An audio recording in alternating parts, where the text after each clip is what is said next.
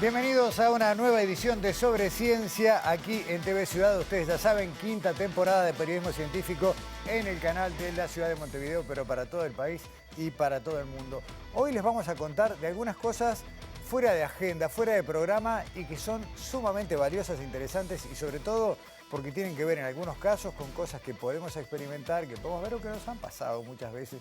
Por ejemplo, les vamos a hablar del geolodía.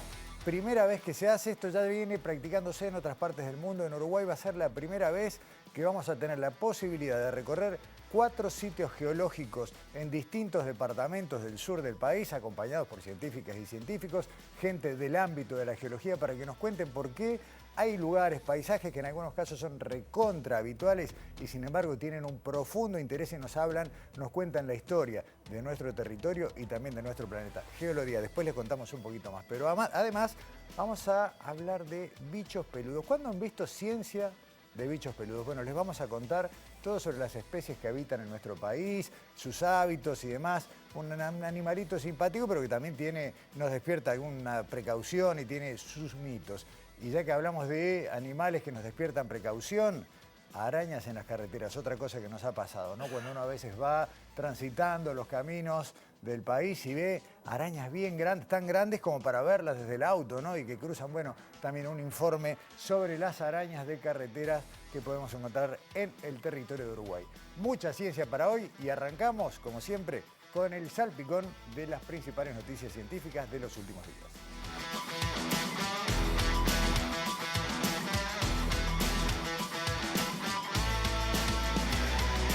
El Ministerio de Ambiente invita a grupos de estudiantes de cuarto a noveno grado que asistan a centros educativos públicos o privados de todo el país a participar en un concurso para crear un video donde se visibilice una solución o iniciativa local referida al uso sostenible del agua. En un video que debe durar 1 minuto, el objetivo es sensibilizar sobre la importancia del agua en sus múltiples usos a partir de alguna experiencia concreta desarrollada en la comunidad que refiera a un mejor aprovechamiento, reutilización del recurso, cuidado de fuentes de abastecimiento o buenas prácticas. Los videos se pueden enviar hasta el 15 de mayo inclusive. Si te interesa participar, las bases y el mail para consultas están disponibles en la web del Ministerio de Ambiente que figura en pantalla.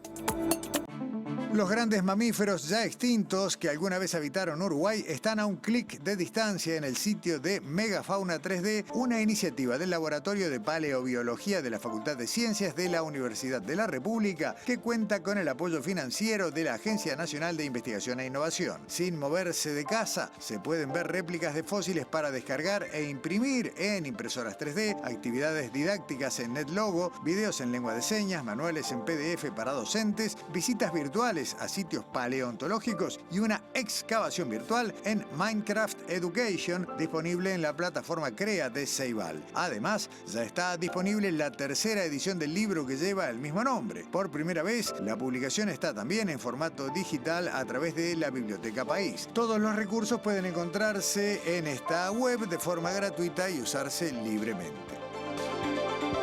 Desde hace décadas que el científico uruguayo Ángel Caputi estudia unos peces muy particulares que utilizan la electricidad para percibir el mundo a su alrededor. Y lo curioso es que se ha valido de esos estudios para entender mejor el cerebro humano. Para explicar esa conexión, Caputi presenta su nuevo libro que se llama precisamente Aprendiendo en Neurociencias con los peces eléctricos. Caputi, que es neurólogo y científico del Instituto Clemente Estable, presentará el libro en esa institución el próximo miércoles 23 de abril a las 18 horas. La presentación es de entrada libre y gratuita y es una instancia ideal para curiosos y para quienes quieran conocer más sobre cómo se genera el conocimiento científico a partir del mundo que nos rodea.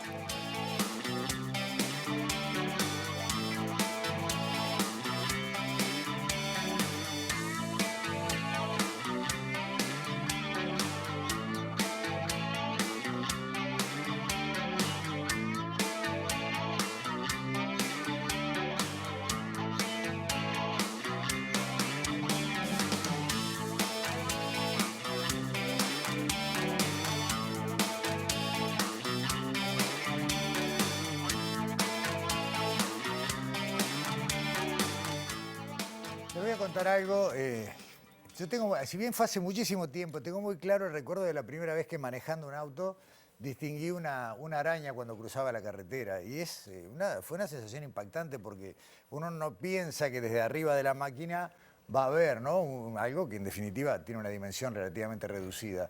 Y a pesar de que uno está dentro del auto y protegido, hay una impresión. Bueno, después con el tiempo uno se va acostumbrando y sobre todo sabemos que hay como épocas del año donde es más habitual, por el clima, por el ciclo vital de estas especies y demás, encontrarlas y en algunas zonas del país, por supuesto, mucho más que otras. Estamos hablando siempre de arañas de un tamaño importante, de esas que mucha gente las ve con muchísima aprensión, que generan susto, miedo, aunque más allá de eso, poco y nada, sabemos, las personas comunes en general tendemos a pensar que son todas peligrosas, que son todas venenosas y en la medida de lo posible evitarlas y bueno, hay quien en definitiva también decide matarlas o aplastarlas. Bueno, hace 20 años se hizo una primera investigación sobre las arañas de las carreteras de Uruguay. Se hizo en el ámbito de Facultad de Ciencias y esa investigación tuvo un correlato. Pero primero recordemos que fue Daniela Hirschfeld, estuvo trabajando y nos trae este informe sobre las arañas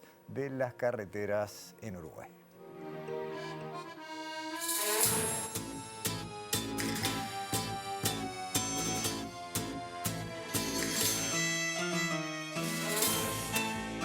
Hay personas que por amor recorren largas distancias en busca del ser amado.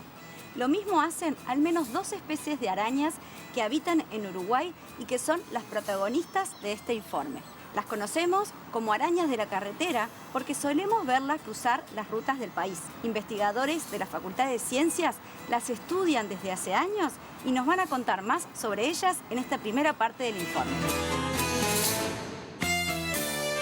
Las arañas de la carretera corresponden a 2 especies que viven en praderas, en cuevas, en el suelo.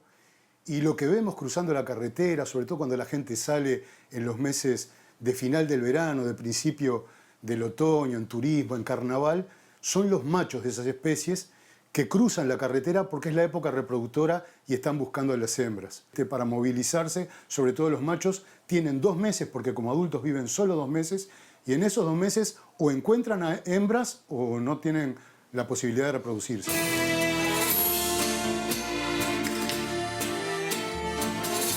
Yo empecé a estudiar arañas pollito, tarántulas, hace más de 40 años, pero este grupo en particular empezamos hace más de 20 años. Lo que observábamos es que estas 2 especies alrededor de las cuevas presentaban restos de escarabajos, de un escarabajo en particular que es el bicho torito, un escarabajo que el macho tiene un cuernito, que cuando son larvas, las isocas se alimentan de las raíces de las pasturas. En un país que es ganadero, eso produce un perjuicio que es interesante. Entonces empezamos a estudiar estas especies por la posibilidad de usarlas como un insecticida natural, como un control de las poblaciones de insectos que son perjudiciales para las pasturas y por ende para la ganadería.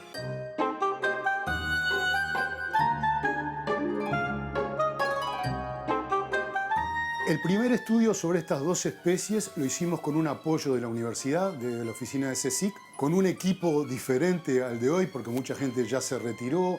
La idea era recorrer el país, recorrimos 6.000 kilómetros en todo el país porque precisábamos averiguar dónde se distribuían estas especies y se tenían una distribución que coincidía con la presa, que era la primera condición para que la pudieran controlar. Y el primer resultado fue que, bueno, una de las especies se distribuye en todas las praderas de Uruguay, otra estaba mucho más distribuida al sur del Río Negro y ambas coincidían con la especie de escarabajo. Otro hallazgo que tuvimos es que en condiciones óptimas, donde estas especies tienen una alta densidad, son capaces de consumir 65.000 bichos torito por hectárea y por mes. Pasó mucho tiempo, pasaron más de 20 años, pero vimos que teníamos una oportunidad única de ver cómo habían cambiado la distribución y densidad de las poblaciones de estas arañas en una ventana temporal enorme. Como además habíamos utilizado un método de investigación muy protocolizado, muy fijo, podíamos repetir exactamente igual aquel trabajo, pero con una tecnología mucho mejor. Y poder comparar si algo había cambiado en la distribución de estas arañas y en la abundancia, eso podía reflejar algún otro tipo de cambios. Y esa fue la pregunta de ahora. No fue tanto la pregunta de cómo pueden controlar ese insecto que es perjudicial, sino qué cambió en estos 20 años en estas poblaciones de arañas y qué puede reflejar eso del ambiente.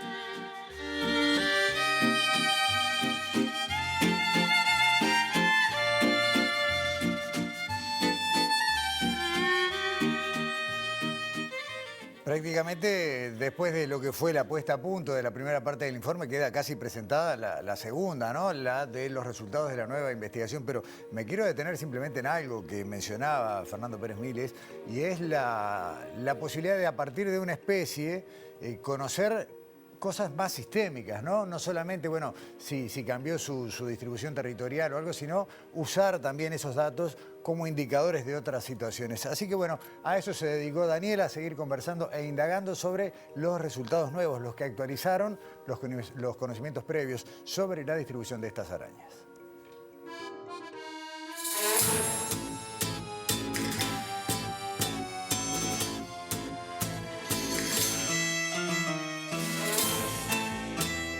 El tango dice que 20 años no es nada, pero ¿qué tanto son para las arañas de la carretera?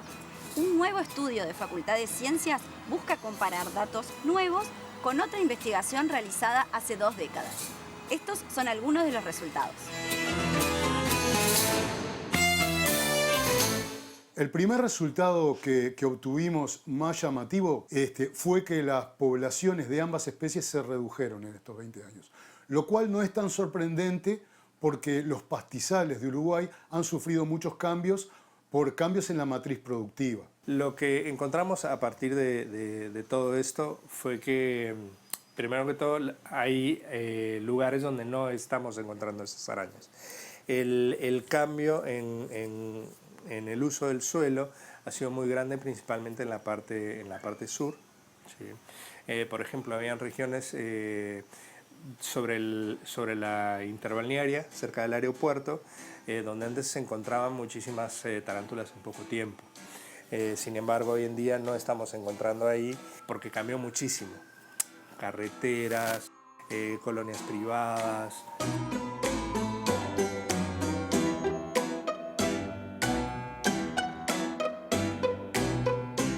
Otro hallazgo importante fue que estamos encontrando arañas en donde antes no las habíamos encontrado muchísimo.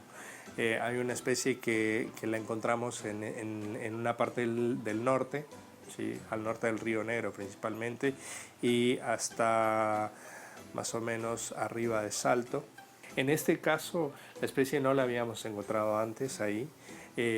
Puede ser que la especie esté migrando o haya estado migrando antes de estos 20 años. Antes se encontraba muchísimo más al sur.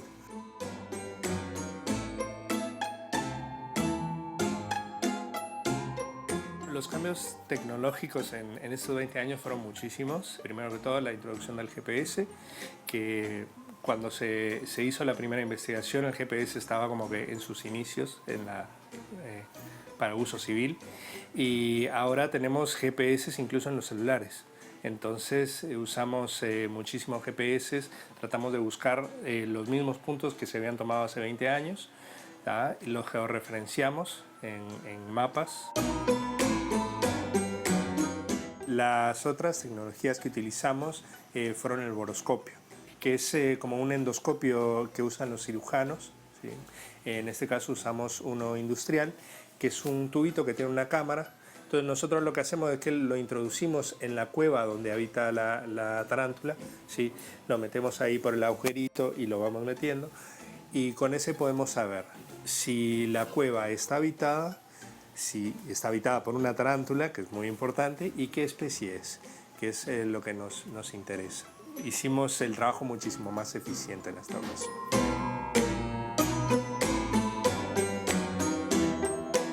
Bueno, en realidad en los últimos también 20 años, 30 años, ha habido un avance tecnológico en la capacidad de predecir a partir de datos de observación. Entonces la idea era incorporar los modelos matemáticos. Entonces la idea con Fernando era aplicar los datos anteriores hasta el 2001 y ver si esos modelos que se obtenían predecían los datos observados posteriormente. Los modelos tuvieron una buena capacidad predictiva.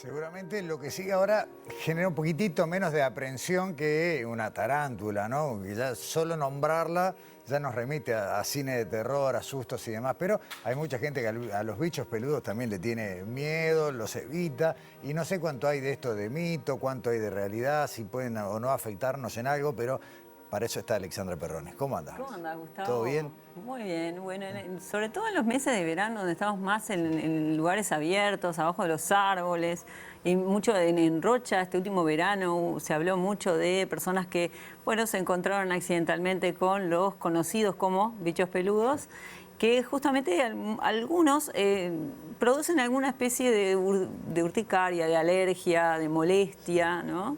Y bueno, pero nosotros quisimos conocer qué son los bichos peludos, claro, los conocidos, claro, vuelvo a decir, realidad, claro, popularmente como bichos peludos. Y para eso hablamos con Gabriela Bentancur, que ella es directora del Parque Nacional de Esteros de Farrapos e Islas del Río Uruguay. Y ella es especialista en lepidópteros y nos va a contar en esta primera parte del informe qué son los bichos peludos. A ver.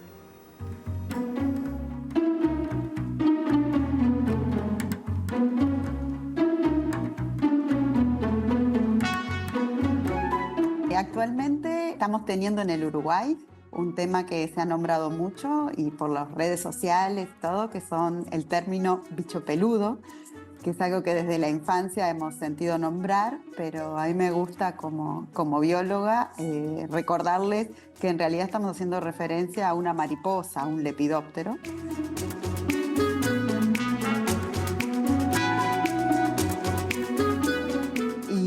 Los lepidópteros como tales en Uruguay comprenden las mariposas y las polillas, y en particular traer desde la infancia ese concepto de la metamorfosis. Todos hacíamos en la escuela el ciclo de la mariposa con los huevitos, las larvas, las pupas y los adultos. Bueno, los bichos peludos son justamente parte de ese ciclo y son las larvas, las que conocemos como larvas, orugas, que en algunas circunstancias, por tener un aspecto con muchas más sedas, más pilosos, les adoptaron ese nombre vulgar de bicho peludo.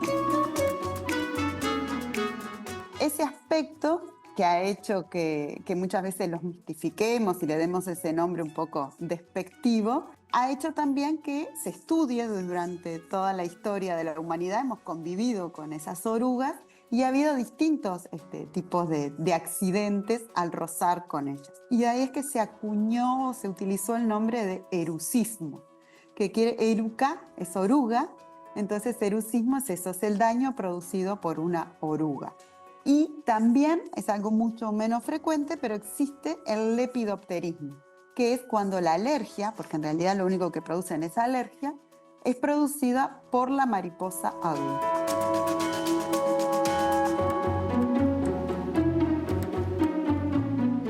En lo que contempla el término lepidóptero, que es todo un orden de insectos para el país, este orden tiene más de 1.250 especies descritas, y de esas 1.250 que produzcan algún tipo de accidente por alergia, por contacto, son menos de 50 especies.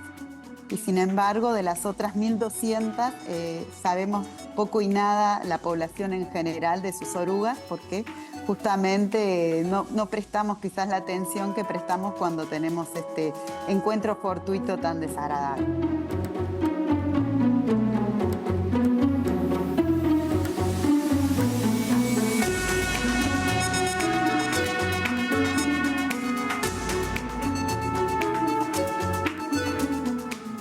Impactado todo lo que puede aprenderse en 3 o 4 minutos cuando se encuentra la persona correcta y se le hacen las preguntas adecuadas, Alexandra. Palabras que en algún caso totalmente nuevas para mí, ¿no? Sí, como erucismo y lepidopterismo, sí, ¿no? Bueno, ahí nos hablaba que acá en Uruguay hay muy pocas especies de larvas, de mariposas que generan esa urticaria, y que hay una sola, que es esa mariposa negra, que a veces está en la luz, que tiene algunos, en su cuerpo tiene algunas cosas que nos puede generar alguna alergia, si las queremos matar, también tiene que ver, ¿no?, con la la sensibilidad de la persona, o sea, es como... Claro, sí. Bueno, ella nos contaba también que estas larvas las encontramos, se alimentan de árboles, se han adaptado también a especies exóticas, por eso los podemos encontrar en el ornato público o en lugares con vegetación, tienden a agruparse, o sea, podemos ver más de una juntas, ¿no? Y bueno, nos cuenta en la segunda parte del informe que no todas, justamente esto, que no todas las orugas que podemos llegar a confundir con un bicho peludo que nos puede dar alergia, son así. ¿Y por qué es importante no matarlas? Sino, lo que decías vos mismo de las arañas, respetarlas de alguna manera, tratar de no interactuar con ellas, no acercarnos. Que sigan su camino. Exactamente, pero por supuesto no matarlas. La escuchamos.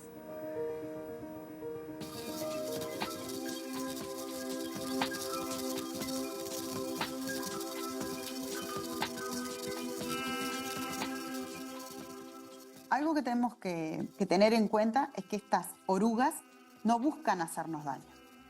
Ellas tienen esta cubierta de sedas y cuando nosotros las miramos, las larvas en realidad tienen siempre seda, no importa, de esas 1250 todas tienen seda. Lo que pasa es que las sedas son más pequeñas o más largas y las podemos o no ver a simple vista. O sea, que el que presenten seda no quiere decir que sea un bicho peludo urticante. Entonces, lo primero es eso, tratar de desmitificar que todo lo que tiene aspecto de bicho peludo no lo maten, porque es como exterminar un jardín de infantes. Son las larvas de las mariposas, o sea, si no tenemos bichos peludos no va a haber mariposas. De comprender eso y empezar a prestar más atención cuando estamos en un ambiente natural. O sea, si dejamos ropa en la cuerda, revisarla antes de entrarla, porque generalmente son larvas grandes, son muy visibles.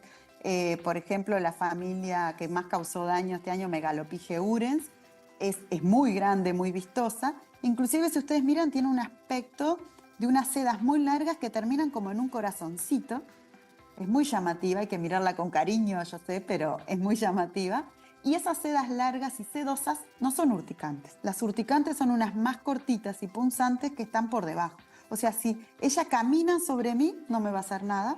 Pero si yo apreté sin querer, ahí es cuando voy a romper esas espinas más cortitas y son las que están asociadas a una glándula de veneno y por una acción mecánica de romper yo esa estructura se va a inyectar en mi cuerpo. O sea, no es que el bicho peludo me pica, es que yo lo aplasto, cuando lo aplasto rompo esa estructura y ingresa esa sustancia urticante a mi cuerpo.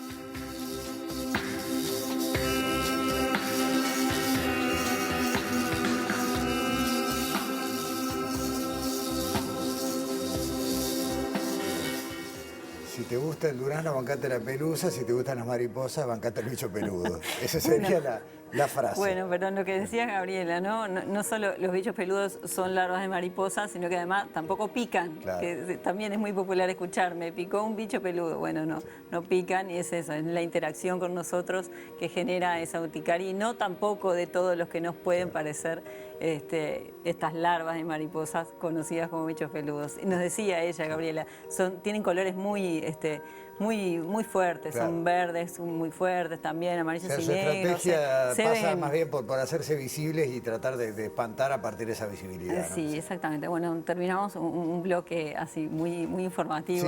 Sí, de mucho bicho que asusta, pero bueno, en el fondo son útiles, necesarios, forman parte de los equilibrios del conocimiento ambientales, científico. Sí, de los equilibrios de los ecosistemas. Alexandra, gracias. Nos vemos la semana que viene. Y nosotros ahora nos vamos a ir a recorrer, después de la pausa, por supuesto, algunos sitios geológicos de interés en los cuales tal vez encontremos alguna araña de carretera o algún bicho peludo. Pero vamos a hablar enseguida del Geolodía aquí en Uruguay por primera vez.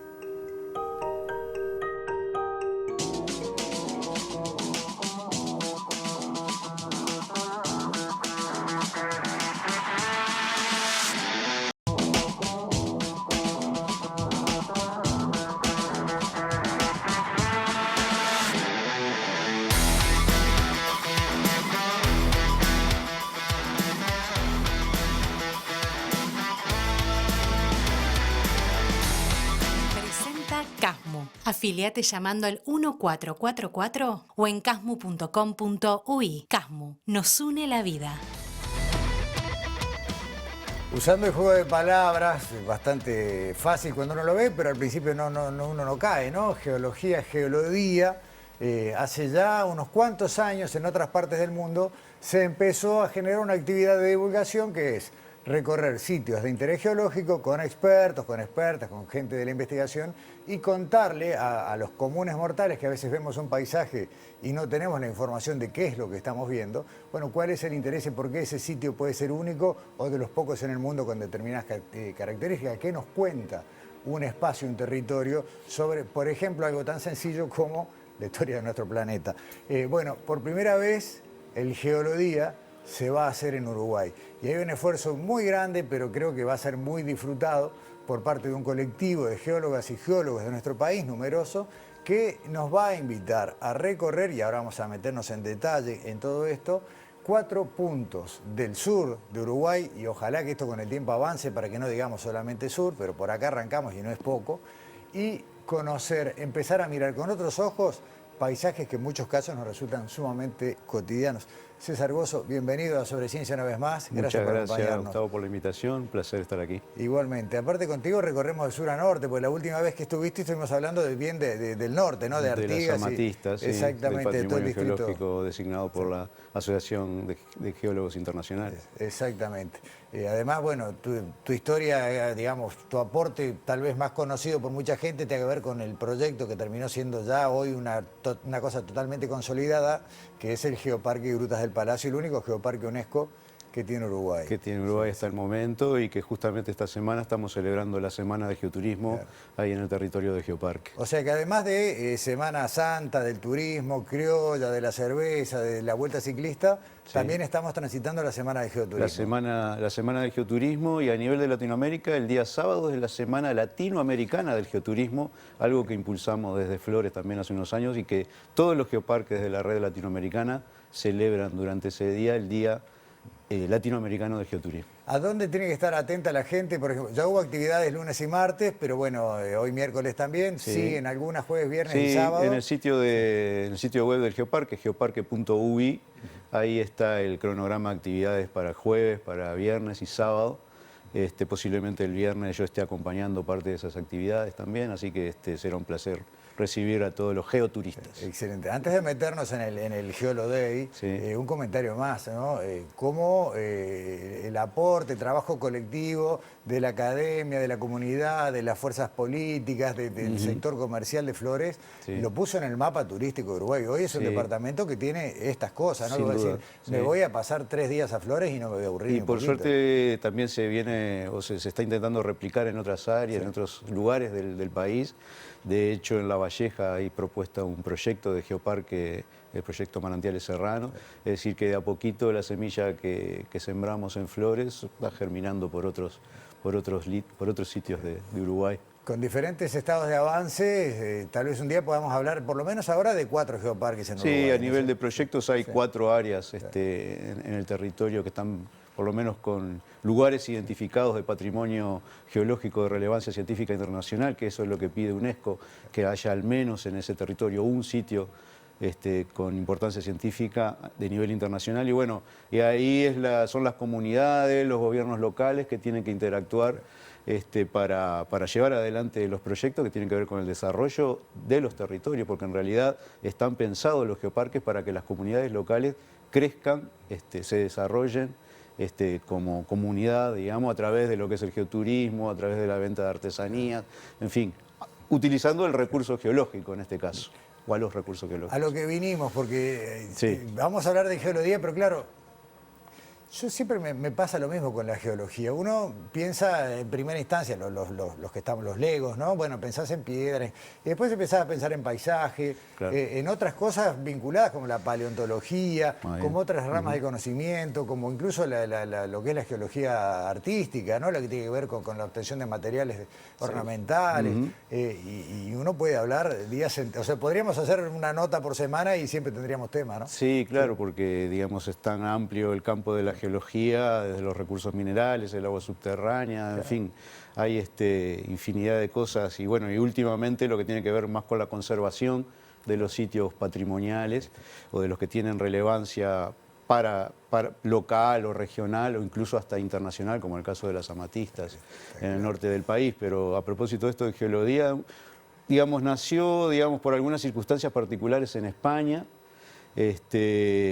Ellos, los españoles, estaban viendo cómo en el común de la gente la geología, al relacionársela mucho con la minería, como que es algo que tiene mala fama. La minería, de hecho, la tiene. Por algunos ejemplos, no, digamos, algunos ejemplos que tienen que ver con mala praxis de la extracción de los minerales, pero lo que tenemos que saber es que sin los minerales y la extracción de ellos no podríamos, por ejemplo, estar en este estudio, por ejemplo, porque tenemos, yo qué sé, desde el cobre de los cables que conducen la electricidad hasta las losas en el piso, la pared, la pintura, hay en todos lados, hay minerales de alguna forma u otra.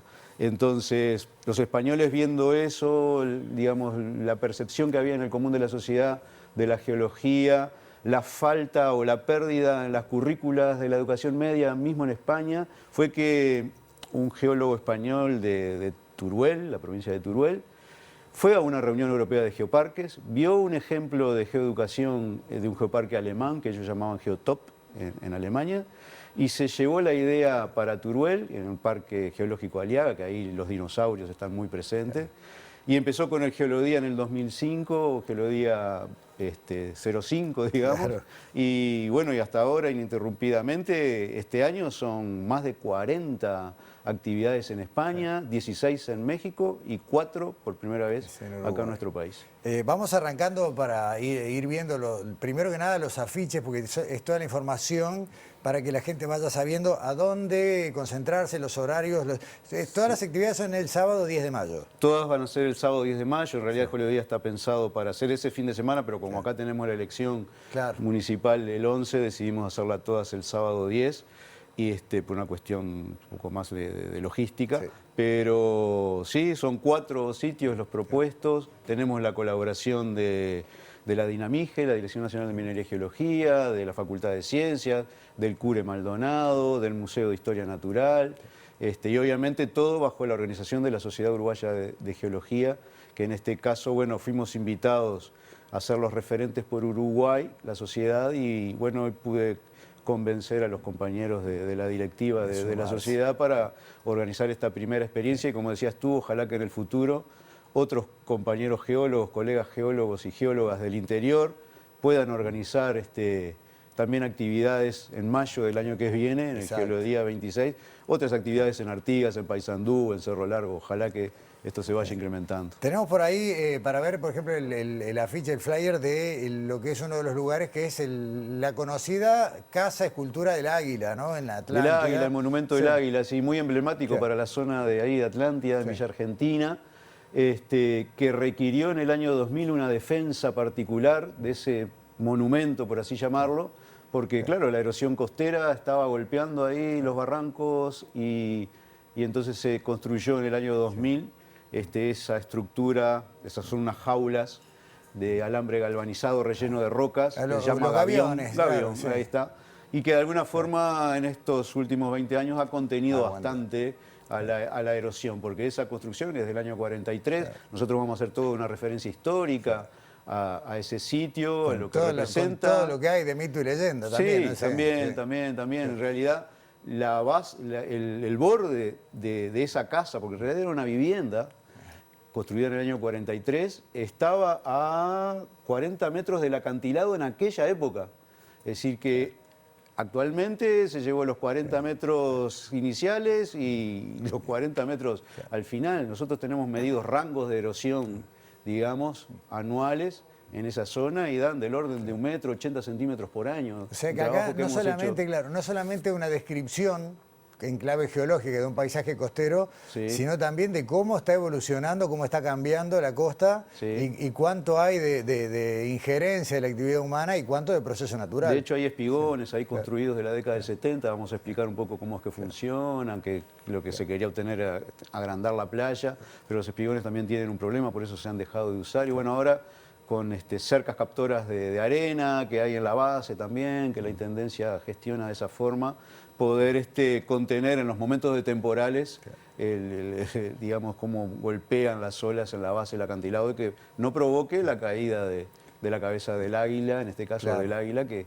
es emblemática ahí para la zona. En este caso, y ya te pregunto lo mismo para los otros 3 puntos que nombraremos después, el lugar de reunión para quienes quieran participar. El lugar ¿Es de el mismo? encuentro va a ser ahí en el Águila, Claro. y en los otros 3 también es en los sitios donde está establecido, ahí en las Cada guías, en recorrido el tiene sitio un web. horario distinto que lo vamos a ir repasando, Ahí o está. sea, lo vamos a ver, mejor dicho. Acá va a ser a las 10 de en la el flash, mañana, claro. nos vamos a juntar y supongo que mínimo 2 horas, máximo unas 3, será toda la actividad, porque después vamos a bajar y vamos a explicar la geología de las barrancas y bueno, contar un poquito allí lo que representan esos sedimentos que están ahí apilados. Después cuando llegue el momento de otro territorio que también combina barrancas y playas, te voy a hacer con más énfasis esta pregunta, pero tenemos mucha playa con barranca, miramos la arena y no miramos la barranca, que tal vez sea lo más interesante, ¿no? Claro, Sí. digamos, ¿no? Y es una forma o una geoforma o un elemento del relieve que está denotando la presencia de la erosión. Claro.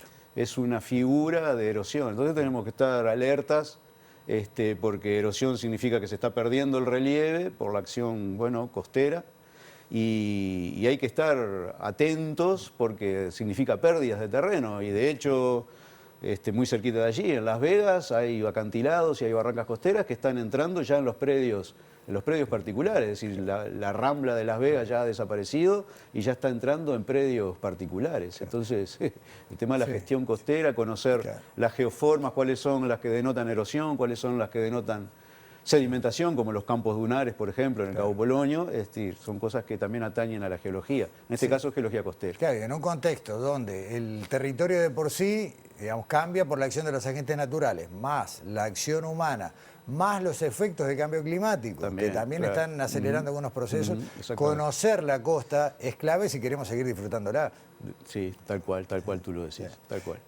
César, vamos a pasar a otro punto. Hay un punto por departamento, eso está bueno también. Hay Un punto por departamento, sí, somos 12 colegas, aquí vamos a estar Valeria Mesa y yo. A propósito, quiero agradecerle a la una vecina de Atlántida que nos cedió las imágenes que enviamos, a Arinda González, quiero agradecerle también especialmente. Bueno, está bárbaro. Aparte está bueno para... a ver, todos hemos visto la foto del águila, pero nunca seguramente nos detuvimos en el entorno costero. Sí, o sea, claro. La foto de la estructura 1000 veces. Sí. Pero cómo era abajo, eso ya no es tan fácil. Claro, O sea, claro. Y está bueno que en parte está tapado por los gaviones, pero nos vamos a correr un poco los acantilados. De hecho, también hay otro tema acá que tiene que ver con la presencia de arenas negras. También. Abundante presencia de arenas negras aquí. Y cómo se inunda también la playa, que el nivel freático está muy elevado. También vamos a hablar de ese problema allí en esa zona. Perfecto. Pasamos a Punta Ballena, nos vamos a Punta Ballena, Sí. que hace parte de una última publicación en relación al patrimonio geológico del Uruguay, una publicación de la Asociación de Servicios Geológicos Iberoamericanos, y que aparece como uno de los 5 sitios en esa publicación. Allí también con compañeras del CURE Maldonado, Mauricio Faraone de Dinamige, Leticia Chigrino y Leticia González de CURE, van a estar un poco conduciendo la actividad, y en la guía, que también está colgada en el sitio web de la Sociedad Uruguaya de Geología y hasta en el sitio web del geolodía.es en España, también está este material. Está el recorrido, hay 3 senderos que van a recorrer ellos junto con los que vayan en esa oportunidad, ese lugar, para ver, bueno, las grutas, subir un poco el cerro, digamos, la Punta Ballena, y explicar qué significa esa estructura geológica que está presente, que es el único acantilado rocoso que hay en el Uruguay. Si pensamos, todos los acantilados costeros que tenemos en Uruguay son de sedimentos o rocas sedimentarias. Este es el único de rocas metamórficas. Cosas para saber, además, no es ajeno a nadie que Punta Ballena estuvo envuelto en una enorme polémica, que todavía tiene algún coletazo, en cuanto a preservar su valor, su múltiple dimensión patrimonial. La geológica es una de ellas. Aparte es el último, digamos, la última posibilidad de ver un cinturón o una formación geológica que termina en Florianópolis. Sí, continúa hasta el Brasil, territorio brasilero. Y bueno, tiene una edad de unos 560 millones de años y representa, desde el punto de vista de la tectónica y de cómo estaban agrupados los continentes, una situación particular, y de todo eso los compañeros van a estar contando la historia que está registrada en esas rocas. Como nosotros decimos, ¿no? Hay que escuchar la historia que ellas están contando. Y bueno, ahí los intérpretes, los geólogos, para poder comunicar y divulgar qué significa que esté allí la Sierra Ballena. Está bueno. Y no vamos a hacer más spoiler, pero es un gran tema. Venimos a Montevideo. El que tenga dificultades, capaz que no tiene previsto ir al interior, no tiene con qué, tenemos una actividad en un lugar donde todos vamos a tomar mate y casi nadie tiene conciencia de todo el peso geológico que tiene la Plaza Virgilio, ¿no? Sí, también en Montevideo está previsto que participen ahí 4 compañeras, Rosana Mucio, Elena Pil, Lucía Olivera. Allí también van a ellas a hablarnos de unas rocas que tienen unos 2.000 millones de años y de distintos fenómenos y estructuras geológicas que están allí representadas y que hacen parte de lo que es el basamento cristalino de nuestro país. Y allí llevamos a estudiantes de primer año y bueno, y en este caso, no sé si lo mencionamos, pero aclarar que son actividades gratuitas, libres para todo tipo de público y la idea es manejar también un lenguaje bien llano para que llegue bien los conceptos y bueno, aquí van a poder apreciar distintos contactos de distintas rocas muy antiguas, formadas en el interior de la Tierra. A nivel superficial de Uruguay, son, digamos, de las que se pueden apreciar en superficie, ¿son las formaciones rocosas más viejas de territorio? De las más antiguas. Hay más antiguas que estas de 2.000 millones de años, hay más todavía, hay más antiguas. Pero aquí en el sur del país estas son de las más antiguas, sí. Y que forman parte de todas las puntas rocosas que vemos en Montevideo. Fueron elegidas estas por las compañeras. Leda Sánchez también va a estar participando de esta excursión. Que fueron para mostrar y poder hablar un poco de lo que ocurre a kilómetros de profundidad, cómo se forman estas rocas y bueno, que hoy las tenemos expuestas en la superficie. Algo de geomagnetismo seguramente también. También seguramente Leda puede hablar algo de sismicidad, quizás, no sé. Claro. No, pero sé que hay algo interesante de paleomagnetismo. Claro. Porque eso es buenísimo, cómo reconstruís la historia, ¿no? O sea, cómo ustedes tienen, bueno, una caja de herramientas académicas que les permite, bueno, a partir de determinados conocimientos reconstruir, es decir, bueno, esto está acá, no de cuando chocaron los continentes, desde antes de que chocaron los continentes. Claro, sí. Y eso hace también a que es una disciplina histórica y poder reconocer la evolución de la Tierra, que no es poca cosa, ¿no? El planeta que habitamos. Nos vamos a ir a Quillú. Vamos a ver el flyer, pero además así como dijimos que Punta Ballena había estado en las noticias por toda... Bueno, Quillú también estuvo en las noticias este verano, por una noticia mucho más piola, mucho más linda, ¿no? Un hallazgo de ciencia ciudadana, como se dice a veces, ¿no? Me encanta, que la comunidad se involucre y en la conservación del patrimonio. Le vamos a pedir al señor director que nos comparta un video donde el paleontólogo Daniel Perea nos cuenta qué pasó en Quillú este verano.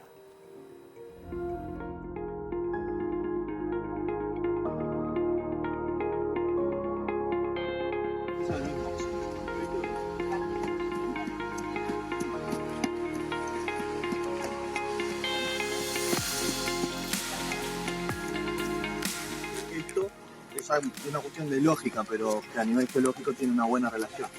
Siempre lo de abajo, cuando no hay invasiones y cosas tectónicas, siempre va a ser más antiguo que lo de arriba. Entonces, si vos tenés algún fósil, algo para datar la parte de arriba, vos sabés que este fósil es más antiguo que esa data. Y lo mismo acá abajo, por ejemplo, si encontramos un fósil en esa plataforma, sabemos que es más antiguo que este de aquí. Entonces, sin saber la edad exacta de este fósil, vamos a hacer un estimativo entre aquel fósil y aquel. Por lo que pudimos ver, se trata de una buena parte del cráneo de un carpincho, un roedor de la familia de los carpinchos, de tamaño más pequeño que el carpincho actual, pero más antiguo. Estamos hablando de unos 250.000 años aproximadamente de antigüedad. Hace unos 60 años, por acá mismo, se encontró un animalito parecido y se le puso el nombre de Cardiaterium callicei.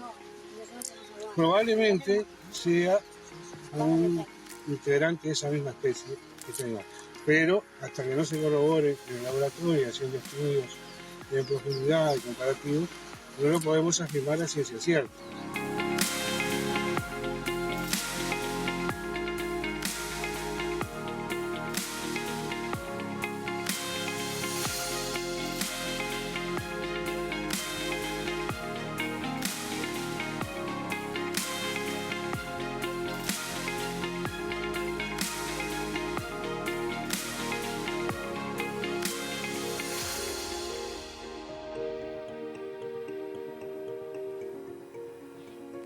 Además de ser uno de los balnearios más lindos que queda al oeste de Montevideo, que es maravilloso para pasar un día. Tiene esas barrancas que son formaciones bastante particulares y que además tienen un patrimonio paleontológico, como vimos en el video, ¿no? Como vimos en el video, sí, que es un sitio que con estudiantes en los cursos de paleontología y de geología se va todos los años porque son muy ricos desde el punto de vista fosilífero y aparte han hecho algunos descubrimientos los compañeros paleontólogos de especies únicas Bueno, para el Uruguay, para el mundo, y que requieren conservarlos. El roedor más grande que se conoce extinto, el Josefo Artigacia, se descubrió ahí en la zona de Quillú. César, nos vamos a despedir. La invitación queda para el sábado 10 en estos 4 puntos en distintos grados. La información en geología.es, por ejemplo. Por ejemplo, o en el sitio donde pueden inscribirse, el formulario de inscripción es sociedadgeologia.uy.org. Ahí está el formulario de cada excursión, con la guía de cada excursión. Ok, lo vamos a incluir también en las redes de Sobreciencia para que esté la información. Perfecto. Y te voy a entregar en este acto los nuevos presentes de los 5 años de Sobreciencia. Bueno, muchas Yo lo voy gracias. a mostrar por acá, porque nos mostramos la semana pasada, presentamos las tazas. Ística, la gente de Ística nos preparó esta serie de souvenirs que no solamente son los presentes que recibe la gente que viene a Sobreciencia, sino que pertenecen a lo que es este 5º año, esta 5ª temporada en TV Ciudad. Así que bueno, allá va con su obsequio, César. Muchas gracias. Gracias a ti y bueno, nos vemos el 10 de mayo en alguno de estos puntos del sur del país. Gracias. Cerramos Sobreciencia y nos vemos por supuesto acá en TV Ciudad la semana que viene. Muchas gracias.